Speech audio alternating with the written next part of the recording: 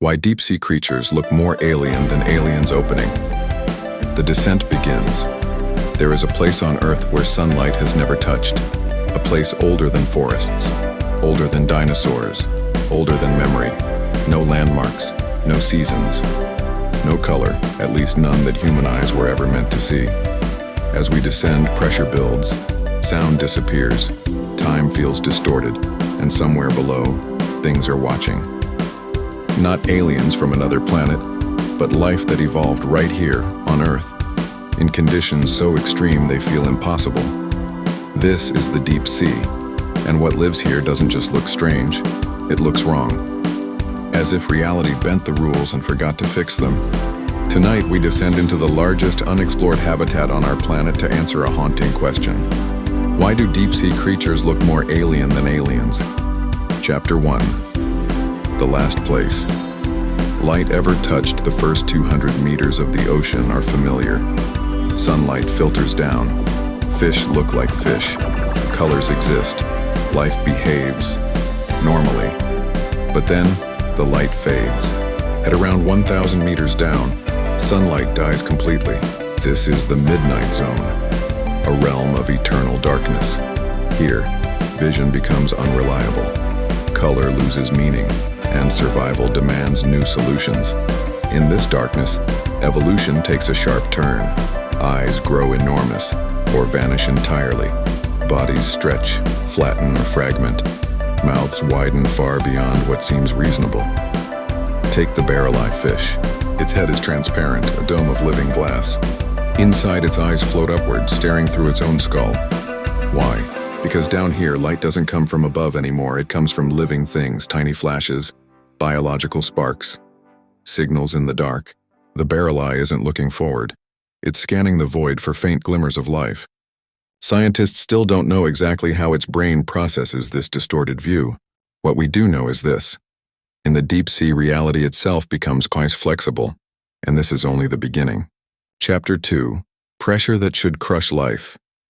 As we descend further, the ocean tightens its grip. At 3,000 meters down, pressure is over 300 times stronger than at the surface. Enough to implode submarines. Enough to crush steel. Enough to turn air into poison. And yet, life thrives. Deep-sea creatures aren't fighting pressure. They've surrendered to it.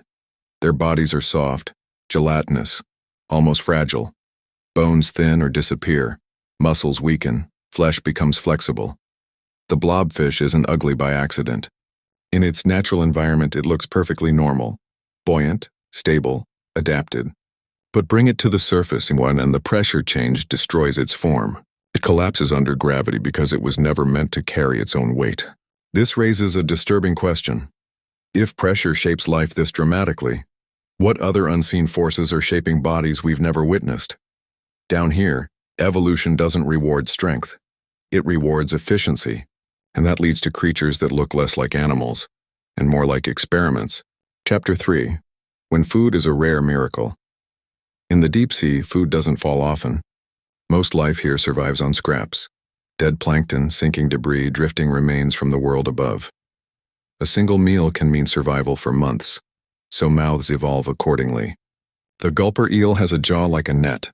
It opens wider than its own body, not because it hunts often, but because it cannot afford to miss. Then there's the fang-tooth fish. Its teeth are so large they extend outside its mouth. It cannot close its jaws completely, yet it thrives. Why? Because in a world of scarcity, being ready matters more than being elegant. Scientists still debate how these extreme mouths evolved so quickly in evolutionary terms. What triggered this sudden exaggeration? Was it desperation, competition, or something else entirely? Each adaptation answers one problem and creates a dozen new mysteries. Chapter 4. Living light in endless night. Then, something unexpected appears. A flicker, a pulse, a glow, bioluminescence. Nearly 90% of deep-sea creatures can produce light, but not for beauty.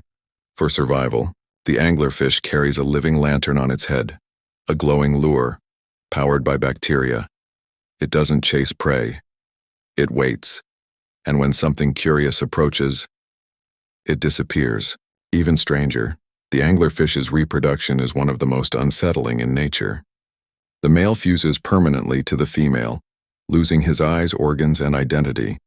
He becomes a living extension of her body. Scientists still don't fully understand how their immune systems allow this without rejection. It challenges everything we think we know about individuality. In the deep sea, even identity becomes optional. Chapter 5. Bodies that ignore normal rules. As we descend past 4,000 meters, life becomes sparse and bizarre. Creatures here stretch thin like shadows trying to exist. The vampire squid is neither squid nor octopus. When threatened, it doesn't attack. It turns itself inside out, exposing spines and glow. Chapter 6. The Abyssal Plain. A desert with secrets. At 6,000 meters, we reach the Abyssal Plain. A flat, silent desert. Temperatures near freezing. No sunlight, almost no food. And yet, life persists.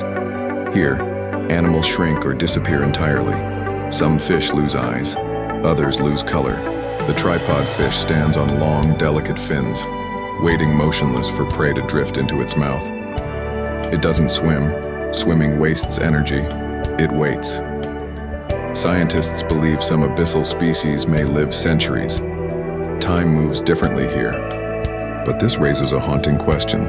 If life can survive in such emptiness, and where else might it exist? And what forms would it take? Chapter 7. The Hadal Zone. Earth's deepest secret. Beyond 6,000 meters lies the Hadal Zone. Ocean trenches. The deepest places on Earth. Here, pressure reaches 1,000 times surface level, and still, life exists. The snailfish has been filmed deeper than any vertebrate in history. Its body lacks scales. Its flesh is gelatinous. It looks unfinished. Yet it swims calmly where nothing should survive. Scientists are baffled by how its proteins function without collapsing. We don't fully understand how chemistry itself adapts at this depth. Every discovery here breaks rules we thought were fixed. Chapter 8. Evolution without sun on land. Evolution follows light. Plants, herbivores, predators. In the deep sea, the sun is irrelevant. Life feeds on decay, on chemistry, on heat leaking from Earth itself. Near hydrothermal vents, entire ecosystems exist without sunlight. Tube worms grow taller than humans. Crabs farm bacteria. Life blooms around poison. These ecosystems may resemble how life began on Earth, or how it might exist elsewhere, which raises an unsettling idea. The most alien life we know didn't come from space. It came from Earth when we weren't looking. Chapter 9. What we haven't seen.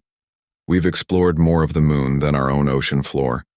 Every deep-sea expedition discovers new species, some only once, some never again. We estimate that over 90% of deep-sea species remain undiscovered, and that number might be conservative.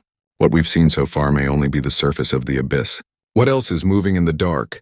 Undocumented, unclassified, unseen. What adaptations exist that we don't yet have words for? Ending, the alien world beneath us. When we imagine aliens, we look to the stars. But the most alien world we know is beneath our feet. A world of darkness, pressure, patience, and silence, where evolution took paths we never expected.